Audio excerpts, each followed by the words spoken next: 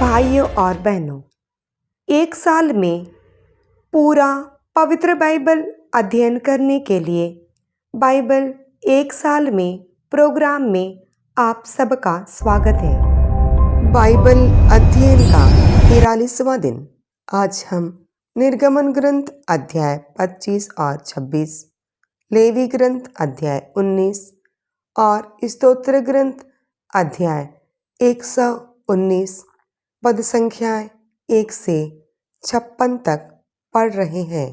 यदि आप इस श्रवण मंच की सदस्यता लेते हैं तो आप बिना किसी रुकावट के इस वचन में भाग ले सकते हैं। हम निश्चित रूप से आपके लिए प्रार्थना करते रहेंगे। जब हम वचन पढ़ते हैं तो वचन हमसे बात करता है। तो आइए हम वचन पढ़ना शुरू करते हैं। निर्गमन ग्रंथ अध्याय 25। प्रभु ने मूसा से कहा, इस्राएलियों से कहो कि वे मेरे लिए चंदा ले आएं। तुम प्रत्येक से जो स्वेच्छा से देना चाहे मेरे लिए चंदा स्वीकार करो। तुम उनसे यह स्वीकार करोगे, सोना, चांदी और कांसा, नीले, बैगनी और लाल रंग के कपड़े तथा छालटी बकरी के बाल, मेढ़ों की सींची हुई खालें और सूस की खालें, बबूल की लकड़ी, दीपक के लिए तेल, अभियंजन के तेल और सुगंधित लोबान के लिए मसाले, एफोद और वक्षपेटिका में लगाने के लिए सुलेमानी और अन्य मणियाँ। लोग मेरे लिए एक पवित्र स्थान बनाएं और मैं उनके बीच निवास करूँगा। जो नमूना मैं तुमको दिखाऊंगा ठीक उसी के अनुसार निवास और उसके लिए अन्य सब सामग्री बनवाओ। बबूल की लकड़ी से एक मंजूषा बनवाओ। उसकी लंबाई 2.5 हाथ और चौड़ाई तथा ऊंचाई 1.5 हाथ हो। उसे भीतर बाहर शुद्ध सोने से मढ़वाओ और उसके चारों ओर सोने की किनारी भरवाओ। उसके 4 पायों में सोने के 4 कड़े ढलवाकर बनवाओ, 2 कड़े एक ओर और 2 कड़े दूसरी ओर। फिर बबूल की लकड़ी के डंडे बनवाओ और उन्हें भी सोने से मढ़वाओ। मंजूषा के किनारे के कड़ों में उन डंडों को डलवाओ जिससे मंजूषा उठाई जा सके। डंडे हमेशा मंजूषा के कड़ों में लगे रहेंगे, वे उनसे कभी अलग नहीं किए जाएंगे। मंजूषा में उस विधान पत्र को रख दो जिसे मैं तुमको दूंगा। शुद्ध सोने का एक छादन फलक बनवाओ। उसकी लंबाई 2.5 हाथ हो और उसकी चौड़ाई 1.5 हाथ। छादन फलक के दोनों ओर सोने से गढ़े 2 केरूब बनवाओ। एक सिरे पर एक केरूब और दूसरे सिरे पर दूसरा केरूब। ये केरूब और छादन फलक एक ही धातु खंड के बने हों। उन केरूबों के पंख ऊपर से ऐसे फैले हुए हों कि वे अपने पंखों से छादन फलक को ढके रहें। वे एक दूसरे के आमने सामने हों और उनका मुख छादन फलक की ओर हो। मंजूषा के ऊपर उस छादन फलक को और मंजूषा में उस विधान पत्र को रखो जिसे मैं तुमको दूंगा। मैं वहां तुमसे मिलूंगा और छादन फलक के ऊपर से अर्थात विधान की मंजूषा पर स्थित उन 2 केरूबों के बीच के स्थान से तुमको इस्राएलियों के लिए अपनी सब आज्ञाएं सुना दूंगा। बबूल की लकड़ी की एक मेज बनवाओ जो 2 हाथ लंबी, 1 हाथ चौड़ी और 1.5 हाथ ऊंची हो। उसे शुद्ध सोने से मढ़वाओ और उसे चारों ओर सोने की किनारी लगवाओ। उसके चारों ओर 4 अंगुल चौड़ी एक पटरी बनवाओ और उस पटरी के चारों ओर सोने की किनारी लगवाओ। सोने के 4 कड़े बनवाकर उन कड़ों को चारों कोनों में चारों पायों में लगवाओ। वे कड़े पटरी के पास ही हों और डंडों के घरों का काम दें जिससे मेज उनके द्वारा उठाई जा सके। बबूल की लकड़ी के डंडे बनवाकर उन्हें सोने से मढ़वाओ। वे मेज उठाने के काम आएंगे। तुम शुद्ध सोने की थालियां, कलछे, घड़े और प्याले बनवाओ। ये अर्घ देने के काम आएंगे। उस मेज पर मेरे सामने सदा भेंट की रोटियां रखा करोगे। शुद्ध सोने का एक दीप वृक्ष भी बनवाओ। दीप वृक्ष का पाया, उसके डंडे, उसके प्याले, उसकी कलियां और फूल सब एक ही धातु खंड के होंगे। उसी में 6 शाखाएं हों। दीप वृक्ष की एक ओर 3 शाखाएं हों और दीप वृक्ष की दूसरी ओर 3 शाखाएं। एक शाखा में बादाम की बौड़ी के आकार के 3 प्याले हों, जिनमें एक कली और एक फूल हो। दूसरी शाखा में बादाम की बौड़ी के आकार के 3 प्याले हों, जिनमें एक कली और एक फूल हो। वृक्ष की 6 शाखाओं पर ऐसा ही हो। दीप वृक्ष में ही बादाम की बौड़ी के आकार के 4 प्याले हों, जिनमें एक कली और एक फूल हो। दीप वृक्ष से निकली हुई प्रथम शाखा द्वय के नीचे एक कली हो, दूसरी कली दूसरी शाख द्वय के नीचे और तीसरी कली तीसरी शाखा द्वय के नीचे। शाखाएं, कलियां और दीप वृक्ष ये सब शुद्ध सोने के एक ही धातु खंड के बने हों। तब तुम उसके लिए 7 दीपक बनवाओ। उन दीपकों को इस प्रकार जलते रखोगे कि उनका प्रकाश सामने के स्थान पर पड़े। उनकी कैंचियां और अग्निपत्र शुद्ध सोने के बने हों। उसे और उसके सब पात्रों को एक मन शुद्ध सोने से बनवाओ। इसका ध्यान रखो कि ये सब ठीक उसी नमूने के अनुसार बने जो तुमको पर्वत पर दिखाया गया है। निर्गमन ग्रंथ अध्याय 26। निवास स्थान को ऐसे 10 पर्दे से बनवाओ जो बटी हुई छालटी और नीले, बैगनी और लाल रंग के कपड़ों से बने हों और जिन पर एक कुशल शिल्पकार द्वारा केरूबों के चित्र कढ़े हों। हर पर्दे की लंबाई 28 हाथ और चौड़ाई 4 हाथ हो। हर पर्दा एक ही नाप का हो। 5 पर्दे एक ओर से जुड़वाओ और इसी प्रकार दूसरे 5 पर्दे भी। दोनों सामने वाले पर्दों के किनारे पर नीले रंग के पर्दे लगवाओ। एक पर्दे 50 फंदे और दूसरे पर्दे में भी 50 फंदे। वे फंदे एक दूसरे के आमने सामने हों। फिर सोने के 50 अकूड़े बनवाओ और उन अकूड़ों से दोनों पर्दों को मिलाओ, जिससे निवास स्थान एक इकाई बन जाए। निवास स्थान को ढकने के लिए तुम बकरों के खालों के पर्दे बनवाओ। 11 पर्दे बनवाओ। हर पर्दे की लंबाई 30 हाथ और चौड़ाई 4 हाथ हो। 11 पर्दे एक ही नाप के हों। उन पर्दों में 5 को जोड़कर एक पर्दा बनवाओ और शेष 6 पर्दों को भी जोड़कर एक दूसरा पर्दा बनवाओ। 6ठे पर्दे को तंबू के सामने मोड़कर दोहरा कर दो। दोनों सामने वाले पर्दे के किनारे पर 50 फंदे बनवाओ। फिर कांसे के 50 अकूड़े बनवाओ। उन अकूड़ों में फंदे लगवाओ और तंबू के दोनों भाग इस प्रकार जोड़ दो कि वह एक इकाई बन जाए। पर्दों का वह भाग जो बचा है, उसका आधा भाग निवास के पीछे लटकता रहने दो और पर्दों की लंबाई में बचा हुआ भाग निवास के अगल बगल उसे ढकने के लिए एक एक हाथ लटकता छोड़ दो। तंबू के लिए तुम मेढ़े के सीजे चमड़े का एक आवरण बनवाओ और फिर उसके ऊपर लगाने का सूज के चमड़े का एक और आवरण। निवास के लिए बाबुल की लकड़ी से चौखटें बनवाकर खड़ा कर दो। हर एक की लंबाई 10 हाथ और चौड़ाई 1.5 हाथ हो। जोड़ने के लिए प्रत्येक चौखट में 2 चूल्हे हों। निवास की सब चौखटें इसी तरह बनवाओ। निवास की दक्षिणी किनारे के लिए 20 चौखटें बनवाओ और उनके नीचे चांदी की 40 कुर्सियां, अर्थात एक एक चौखट के नीचे उसकी दोनों चूलों के लिए 2 कुर्सियां। निवास की दूसरी ओर अर्थात उत्तरी किनारे के लिए भी 20 चौखटें बनवाओ।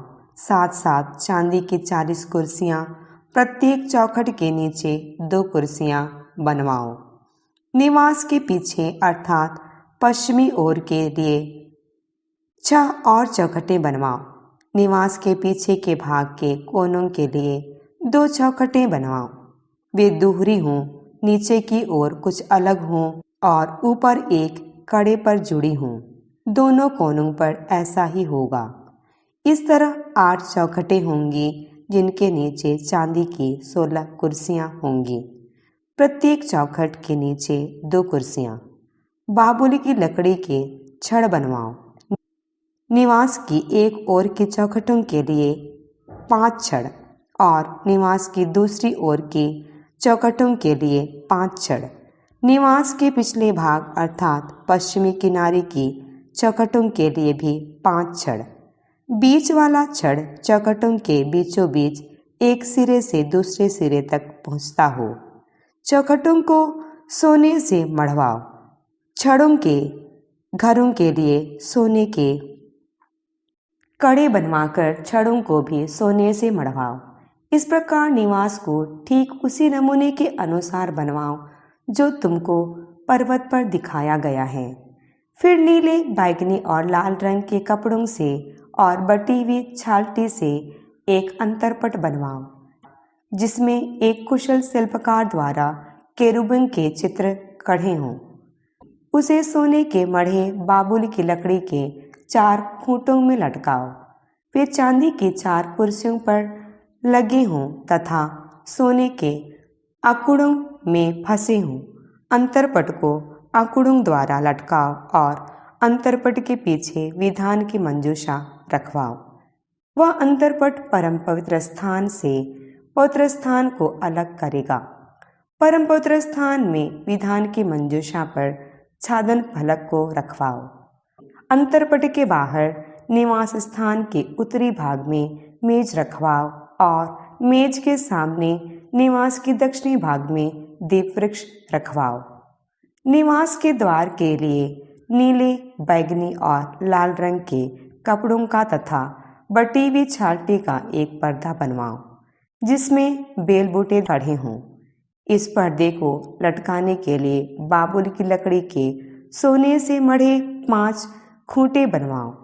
उनके अकुड़े सोने के हों और उनके लिए कांसे की 5 कुर्सियां ढलवाओ। लेवी ग्रंथ अध्याय 19।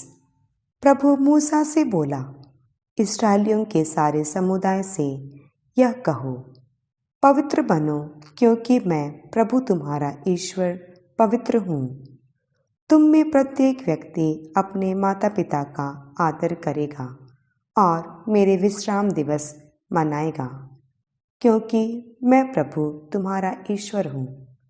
तुम मूर्ति पूजा नहीं करोगे, ना तुम अपने लिए ढाली हुई देव मूर्तियाँ बनाओगे क्योंकि मैं प्रभु तुम्हारा ईश्वर हूँ। यदि तुम प्रभु के लिए शांति बलि चढ़ाओ तो उसे इस प्रकार चढ़ाओ कि तुम प्रभु के कृपा पात्र बन जाओ। तुम जिस दिन बलि चढ़ाते हो उसे उसी दिन या उसके दूसरे दिन खाओ, लेकिन तीसरे दिन जो शेष रह जाए वह आग में जला दिया जाए। यदि तीसरे दिन उसमें से कुछ खाया जाएगा तो वह अशुद्ध है और चढ़ाने वाले को उससे कुछ लाभ नहीं होगा। जो उसमें से खाता है वह दोषी होगा। उसने प्रभु की पवित्र वस्तु को अपवित्र किया, वह अपने समुदाय से बहिष्कृत किया जाएगा। जब तुम अपनी भूमि की फसल काटो तो अपने खेतों को किनारे तक नहीं काटो और काटे हुए खेत के बाले नहीं बिनो। तुम अपनी दाख बारियों से दूसरी बार फल नहीं बटोरो और गिरे हुए अंगूरों को नहीं बीनो। तुम उन्हें गरीबों और परदेशियों के लिए छोड़ दो। मैं प्रभु तुम्हारा ईश्वर हूँ। चोरी मत करो, झूठ मत बोलो और अपने पड़ोसी को धोखा मत दो। अपने ईश्वर का नाम अपवित्र करते हुए मेरे नाम की झूठी शपथ मत लो। मैं प्रभु हूँ। तुम ना तो अपने पड़ोसी का शोषण करो और ना उसके साथ किसी प्रकार का अन्याय। अपने दैनिक मजदूर का वेतन दूसरे दिन तक अपने पास मत रखो। तुम ना तो बहरे का तिरस्कार करो और ना अंधे के मार्ग में ठोकर लगाओ, बल्कि अपने ईश्वर पर श्रद्धा रखो। मैं प्रभु हूँ। तुम न्याय करते समय पक्षपात मत करो। तुम ना तो दरिद्र का पक्ष लो और ना धनी का मन रखो। तुम निष्पक्ष होकर अपने पड़ोसी का न्याय करो। तुम ना तो अपने लोगों की बदनामी करो और ना अपने पड़ोसी को प्राणदंड दिलाओ। मैं प्रभु हूँ। अपने भाई के प्रति अपने हृदय में बैर मत रखो। यदि तुम्हारा पड़ोसी कोई अपराध करे तो उसे डांटो, नहीं तो तुम उसके पाप के भागी बनोगे। तुम ना तो बदला लो और ना अपने देश भाइयों से मनमुटाव रखो। तुम अपने पड़ोसी को अपने समान प्यार करो। मैं प्रभु हूँ। तुम मेरे आदेशों का पालन करो। तुम एक जाति के पशु से दूसरी जाति के पशु का गर्भाधान नहीं कराओ। तुम अपने खेतों में दो प्रकार के बीज नहीं बोओगे। तुम दो प्रकार के धागों से बुने वस्त्र नहीं पहनोगे। यदि कोई पुरुष ऐसी स्त्री से प्रसंग करता है जो दासी है और जिसकी सगाई किसी दूसरे से हो चुकी है, किंतु जिसको रुपया देकर नहीं छुड़ाया गया है और जो अपनी दासता से मुक्त नहीं हुई है, तो उसे उचित दंड दिया जाए, लेकिन उन्हें प्राणदंड नहीं दिया जाएगा, क्योंकि वह स्वतंत्र नहीं है। पुरुष प्रभु के सामने क्षतिपूर्ति बलि चढ़ाने के लिए दर्शन कक्ष के द्वार पर एक मेढ़ा लाएगा। इसके द्वारा याजक उसके पाप के लिए प्रभु के सामने प्रायश्चित विधि संपन्न करेगा। इसके बाद उसे पाप की क्षमा मिलेगी। जब तुम देश में पहुँचोगे और वहाँ विभिन्न प्रकार के फल वृक्ष लगाओगे, तो उनके फल वर्जित होंगे। वे 3 वर्ष तक तुम्हारे लिए वर्जित होंगे। तुम उन्हें नहीं खाओगे।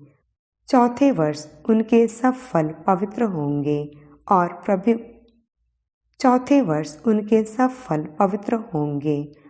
प्रभु को अर्पित किए जाएंगे। 5वें वर्ष तुम उनके फल खा सकोगे। उस समय से वृक्षों की फसल बढ़ती जाएगी। मैं प्रभु तुम्हारा ईश्वर हूँ। तुम ऐसा मांस नहीं खाओगे जिसमें रक्त रह गया है। तुम ना तो शकुन विचारोगे और ना भूत प्रेत की साधना करोगे। तुम कनपटियों पर अपने बाल या अपनी दाढ़ी का किनारा मत कटवाओ। तुम किसी व्यक्ति की मृत्यु के कारण अपने शरीर में घाव नहीं करोगे और न उस पर गुदना बनवाओगे। मैं प्रभु तुम्हारा ईश्वर हूँ। तुम अपनी बेटी को वेश्या बनाकर उसे भ्रष्ट नहीं करोगे। कहीं ऐसा ना हो कि देश में वेश्यागमन बढ़ जाए और वह दुराचार से भर जाए। तुम मेरे विश्राम दिवस मनाओगे और मेरे पवित्र स्थान का आदर करोगे। मैं प्रभु हूँ। तुम भूत प्रेत साधने वालों और ओझों के पास नहीं जाओगे और उनसे प्रश्न नहीं करोगे। उससे तुम दूषित हो जाओगे। मैं प्रभु तुम्हारा ईश्वर हूँ। तुम बूढ़ों के सामने खड़े हो जाओगे और उनका सम्मान करोगे। तुम अपने ईश्वर पर श्रद्धा रखोगे। मैं प्रभु हूँ। यदि तुम्हारे देश में तुम्हारे साथ कोई प्रवासी रहता हो तो उसके प्रति अन्याय नहीं करोगे। यदि कोई विदेशी तुम्हारे साथ प्रवासी के रूप में रहता हो तो उसे अपने जाति वालों के समान समझोगे, उससे अपने ही समान प्यार करोगे, क्योंकि तुम भी मिस्र देश में प्रवासी के रूप में रह चुके हो। मैं प्रभु तुम्हारा ईश्वर हूँ। तुम न्याय करते समय पक्षपात नहीं करोगे और नापतौल आदि में कपट नहीं करोगे। तुम्हारा तराजू सच्चा हो। गेहूं और तेल के लिए तुम्हारे बाट और नाप सही हो। मैं प्रभु तुम्हारा ईश्वर हूँ, जो तुम लोगों को मिस्र से निकाल लाया। तुम मेरे सब आदेशों और विधियों का पालन करोगे और उनके अनुसार आचरण करोगे। मैं प्रभु हूँ। स्तोत्र ग्रंथ 119। धन्य है वे जो निर्दोष जीवन बिताते हैं, जो प्रभु की संहिता के मार्ग पर चलते हैं। धन्य है वे जो उसके आदेशों का पालन करते और उन्हें हृदय से चाहते हैं, जो अधर्म नहीं करते और उसके बताए हुए मार्ग पर चलते हैं। तूने इसलिए अपना विधान घोषित किया कि हम उसका पूरा पूरा पालन करें। ओह, मैं तेरे आदेश पूरा करने में सदा दृढ़ बना रहूं। यदि मैं तेरी आज्ञाओं का ध्यान करता रहूंगा तो मुझे कभी हताश नहीं होना पड़ेगा। मैं तेरे न्याय संगत निर्णयों का अध्ययन करते हुए निष्कपट हृदय से तेरा स्तुति गान करता रहूंगा। मैं तेरे आदेशों का पालन करता हूँ। तू कभी मेरा परित्याग ना कर। तेरी शिक्षा का पालन करने से ही नवयुवक निर्दोष आचरण कर सकता है। मैं सारे हृदय से तुझे खोजता रहा। मुझे अपनी आज्ञाओं के मार्ग से भटकने ना दे। मैंने तेरी शिक्षा अपने हृदय में सुरक्षित रखी, जिससे मैं तेरे विरुद्ध पाप न करूं। प्रभु, तू धन्य है। मुझे अपनी संहिता की शिक्षा दे। मेरा कंठ तेरे सब नियमों का बखान करता रहा। धन संपत्ति की अपेक्षा मुझे तेरे आदेशों के पालन से अधिक आनंद मिला। मैं तेरी विधियों का मनन करूंगा। मैं तेरे मार्गों का ध्यान रखूंगा। तेरी संहिता मुझे अपार आनंद प्रदान करती है। मैं तेरी शिक्षा कभी नहीं भुलाऊंगा। अपने सेवक को आशीष प्रदान कर, जिससे मैं जीवित रहूं और तेरी शिक्षा का पालन करूं। मेरी आँखों को ज्योति प्रदान कर, जिससे तेरी संहिता की महिमा देख सकूं। मैं पृथ्वी पर परदेसी हूँ। अपनी आज्ञाओं को मुझसे ना छिपा। मेरी आत्मा सदा सर्वदा तेरे नियमों के लिए तरसती है। तू उन घमंडी शापितों को धमकाता है, जो तेरी आज्ञाओं से दूर भटक जाते हैं। मुझे अपमानित और तिरस्कृत ना होने दे, क्योंकि मैंने तेरे आदेशों का पालन किया।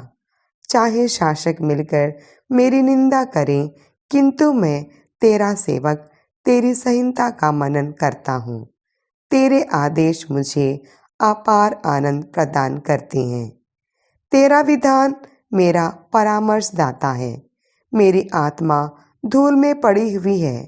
अपनी प्रतिज्ञा के अनुसार मुझे नवजीवन प्रदान कर। मैंने अपना आचरण तेरे सामने खोलकर रख दिया और तूने मुझे उत्तर दिया। अब मुझे अपनी संहिता की शिक्षा प्रदान कर। मुझे अपनी आज्ञाओं का मार्ग समझा और मैं तेरे अपूर्व कार्यों का मनन करूँगा। मेरी आत्मा दुख के आंसू बहाती है। अपनी प्रतिज्ञा के अनुसार मुझे सांत्वना दे। कपट के मार्ग से मुझे दूर रख और अपनी संहिता पर चलने की कृपा प्रदान कर। मैंने सत्य का मार्ग चुना और तेरे निर्णयों को हृदयंगम किया है। मैं तेरे आदेशों का पालन करता हूँ। प्रभु, मुझे निराश ना होने दे। मैं तेरी आज्ञाओं के मार्ग पर चलता हूँ, क्योंकि तू मुझ में नवजीवन का संचार करता है। प्रभु, मुझे अपने विधान के मार्ग की शिक्षा प्रदान कर। मैं जीवन भर उस पर चलता रहूँगा। मुझे ऐसी शिक्षा दे जिससे मैं सारे हृदय से तेरी संहिता का पालन करता रहूं। मुझे अपनी आज्ञाओं के मार्ग पर ले चल, क्योंकि वे मुझे आनंद प्रदान करती हैं। मेरे हृदय में धन संपत्ति का नहीं, बल्कि अपने आदेशों का अनुराग रोपने की कृपा कर। संसार की माया से मेरी दृष्टि हटा। मुझे अपने मार्ग द्वारा नवजीवन प्रदान कर। अपने सेवक के लिए अपनी प्रतिज्ञा पूरी कर और लोग तुझ पर श्रद्धा रखेंगे।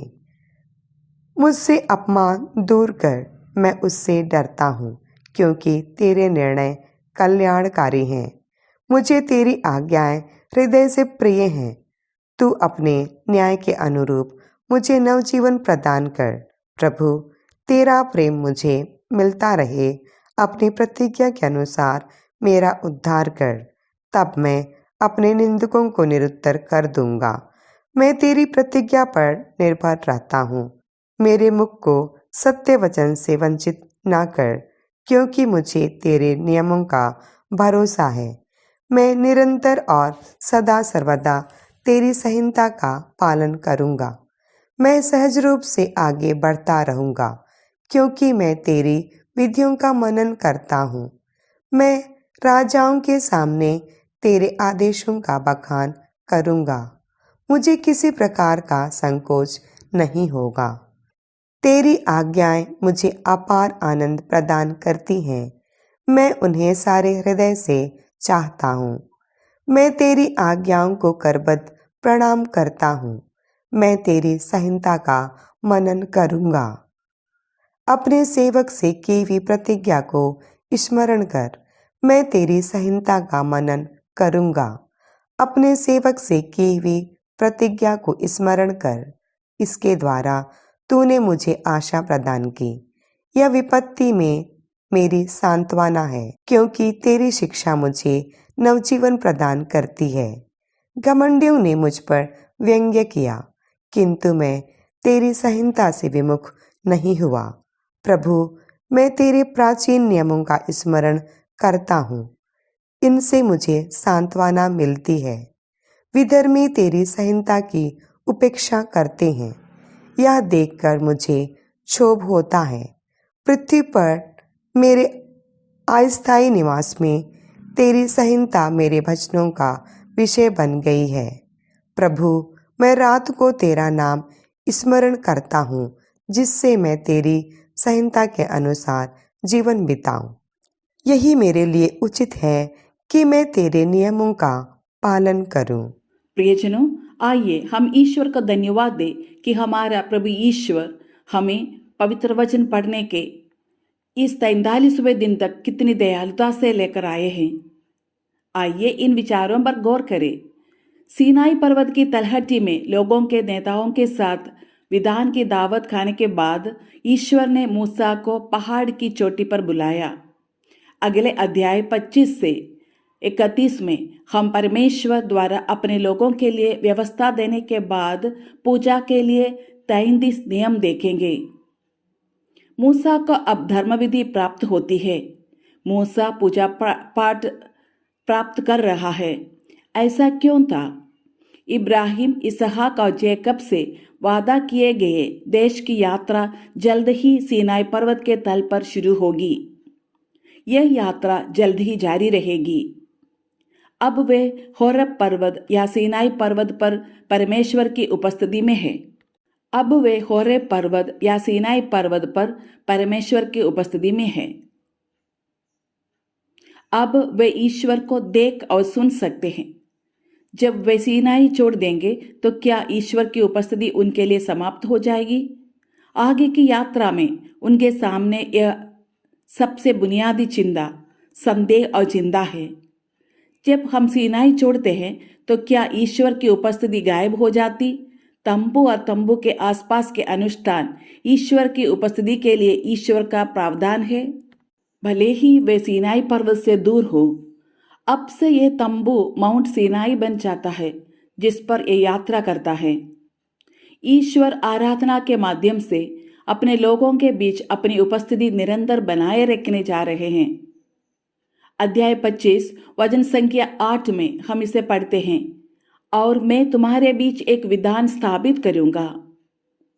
परमेश्वर ने मूसा को निर्देश दिया कि तंबू कैसे बनाया जाए। इसका मतलब उस नमूने में होना है जो परमेश्वर ने मूसा को पहाड़ पर दिखाया था। वास्तव में क्या हो रहा है? परमेश्वर ने मूसा को पर्वत पर स्वर्गीय दर्शन दिया होगा। मूसा ने स्वर्ग में पूजा होते देखी होगी।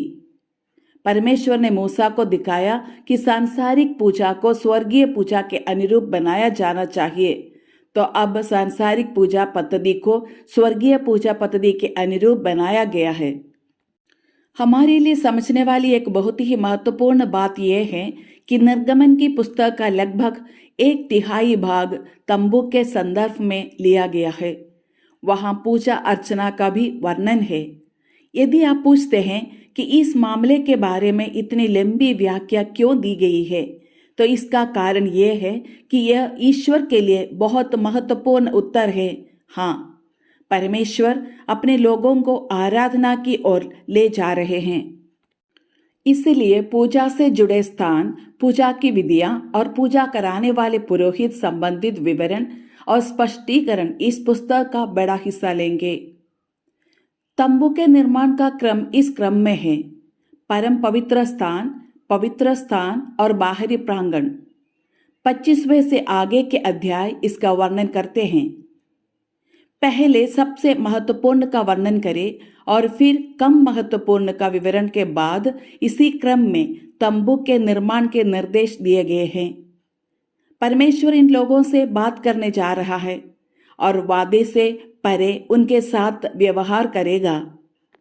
संदूक के ऊपर अनुग्रह आसन से या दया आसन से, करुणा आसन से एक परमेश्वर जो दया से लोगों का नेतृत्व करता है, अब उनके बीच चलेगा।